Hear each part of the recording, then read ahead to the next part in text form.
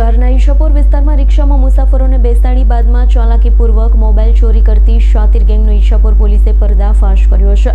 પોલીસે આ મામલે વધુ એક આરોપીની ધરપકડ કરી તેની પાસેથી ચોરીના 3 મોબાઈલ ફોન તેમજ ગુનામાં વપરાયેલો વાહન આ સહિત કુલ 2,04,999નો મુદ્દામાલ કબજે કર્યો છે।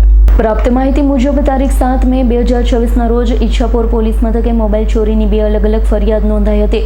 પ્રથમ બનાવમાં ગોજુ વેલજી ડામોર અને તેના સાડા અમિત જૂના કવાસ ગામ જવા માટે ઈચ્છાપુર બસ સ્ટેન્ડ નજીક રિક્ષાની રાહ જોઈ રહ્યા હતા। આ દરમિયાન એક રિક્ષા ચાલકે તેમને બેસાડ્યા। ONGC સર્કલ નજીક પહોંચ્યા બાદ રિક્ષા ચાલકે અગત્યનું કામ હોવાનું કહી બંનેને ઉતારી દીધા। ત્યારબાદ એક બર્ગમેન મોપેડ ચાલક સરનામું પૂછવાના બહાને તેમની પાસે આવ્યો।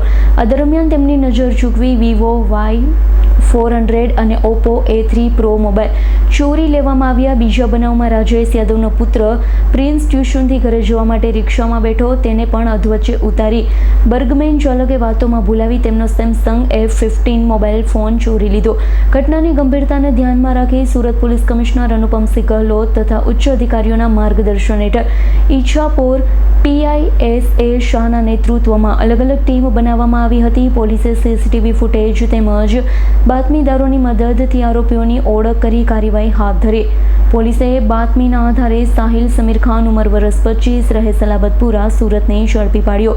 તેની પાસેથી ચોરીમાં ગયેલા 3 મોબાઈલ ફોન ઉપરાંત ગુનામાં વપરાયેલી ઓટો રિક્ષા બર્ગમેન મોપેડ પણ જપ્ત કરવામાં આવ્યા। જપ્ત કરાયેલા મુદ્દા માલમાં Vivo Y400, Oppo A3 Pro અને Samsung F15 મોબાઈલ ફોનનો સમાવેશ થાય છે, જેની કુલ કિંમત ₹54,999 થાય છે। ઉપરાંત GJ05 UD 5769 નંબરની બર્ગમેન મોપેડ અને GJ05 CV 0412 નંબરની ઓટો રિક્ષા પણ કબજે કરવામાં આવે।